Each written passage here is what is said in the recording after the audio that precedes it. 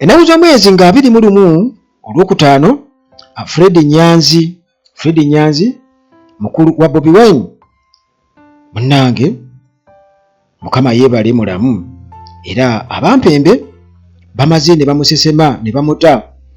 Jukira nti olunaku oluyise emabega twabategezezzaako nti yalabiddwako ng'aleeteddwa ewandegeya, naye famire ye bwetyo yagenzeeyo mu kumunoonya ate ne babalaga nti taliiyo era ne babagamba bagende bakebereko old company walala ku CPS, naye munnange yonna tebaamusanzeeyo. Kale ne babeeraawo mu kusoberwa, naye munnange bw'atyo naku Olwokutaano ennaku z'omwezi nga 21 abasajja kyaddaaki bamuvuze ne bamutwala okumpi n'ennyumba ye n'amaka ge ne bamusuula awo ng'ali mu mbeera mbi nnyo. Naina kugenda kugonzikira ku street Kubiri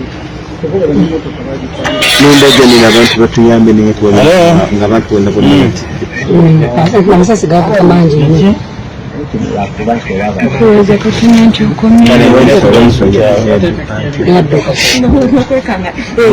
ng'ali mu mbeera mbi ng'era ebigere bye biraga nti biriko obanga wonogamba nti babadde bamulumisa oba biki.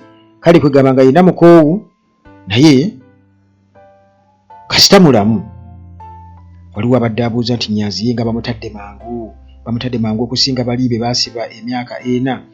Anti buli season ebaako ebigendererwa byayo.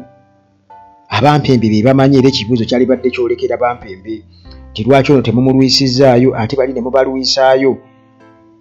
Naye Nyanzi munnange bw'atyo mu ngeri y'okubeera nti abadde awenyera era alaze ebikuyiro wamu n'ebiwundu nga balinga babaddeko bye baamulumisa ku bigere gy'abadde mu buwambe.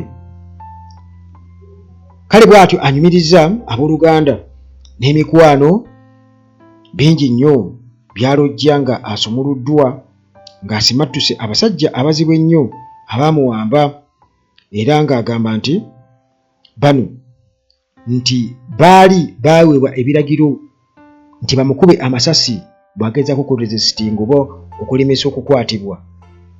Ate golooza ani yabalagira? Definitely Muhoozi nti mumukube. Naye Nyanzi agamba nti omu ku basajja bano abaamukwata era nga alabika yali wa kisa, yamusaba namugamba nti togeza toresistinga, complying naffe gonda tukutwale kubanga munnange abasajja baatugambye tukukube.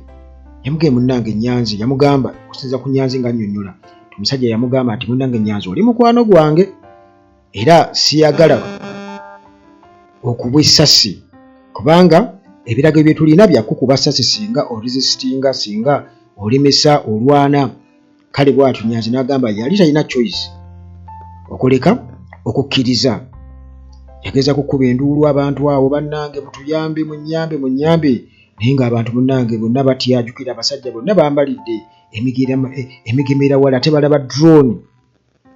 Kakati ffenna tukimanyi bulungi nnyo nti yakwatibwa baali bava ku kitebe ekya Nuupu, baali awo ku Bbiringi ewa Kakanda awo, bali mu mmotoka yaabwe nga bali wamu ne Waiswa Mufumbiro, deputy spokesperson owa Nuupu.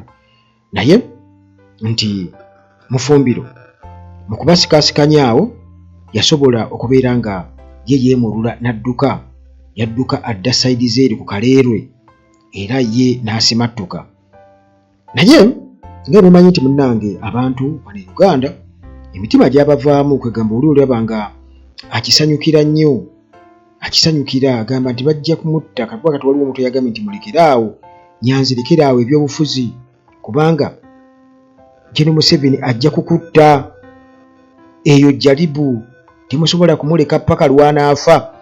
Abantu abamu bakola ensobi balowooza nti Museveni bw'anaafa oba oli ebintu nga bitereera ate bijja kutabuka butabusi kubanga Muhoozi already wuuyo yeewera. Mwatugamba nga tuleke Museveni afuge bw'anaakoowa mbu ng'avaako oba bw'anaafa, naye gw'olowooza ye alitodde okufa obufi agende bugenzi bw'atyo kubanga ye obukulembeze oba obufuzi abwagaliza n'ebizzukulu bye biri byagamba ebimufaanana mu covid bw'abirabanga ebikulembeze ebyenki ebya Uganda.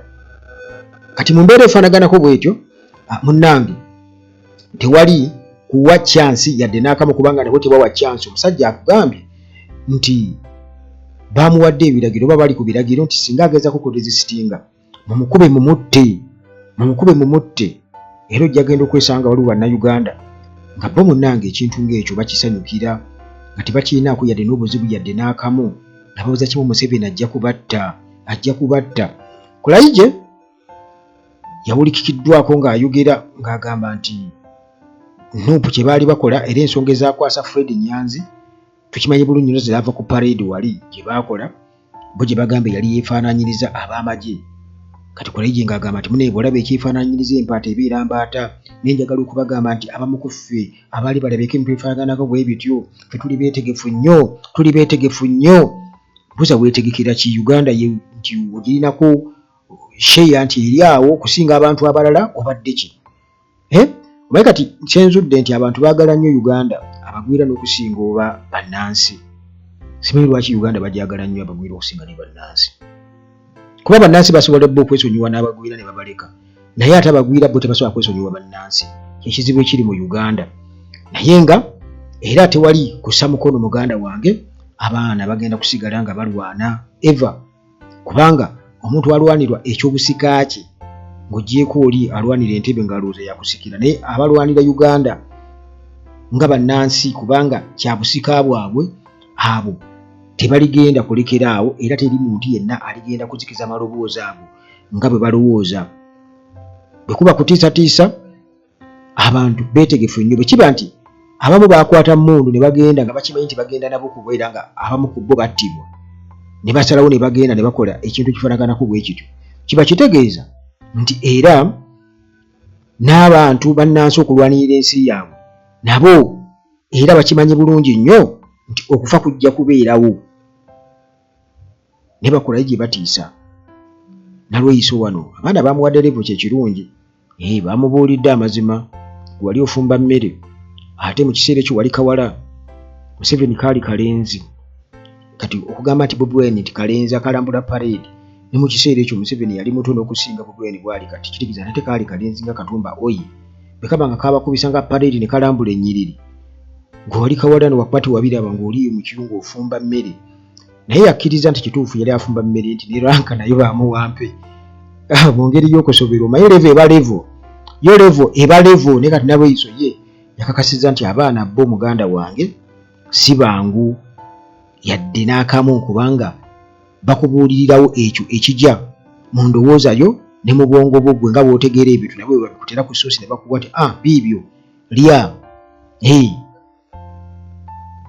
Kirungi nti Fred Nyanzi ateereddwa. Nakugambye nti abamu ku baakakiiko k'ebyokulonda aba Nuupu ababiri baateereddwa. Katusuubire nti n'abalala abaawambibwa kubanga waliwo n'abavubuka abalala babiri be baawamba nabo katusuubire nti bagenda kubata okukosa n'abo bonna abali mu makomera Dr. Kizza Besigye bonna bateebwe kubanga balangibwa bwemage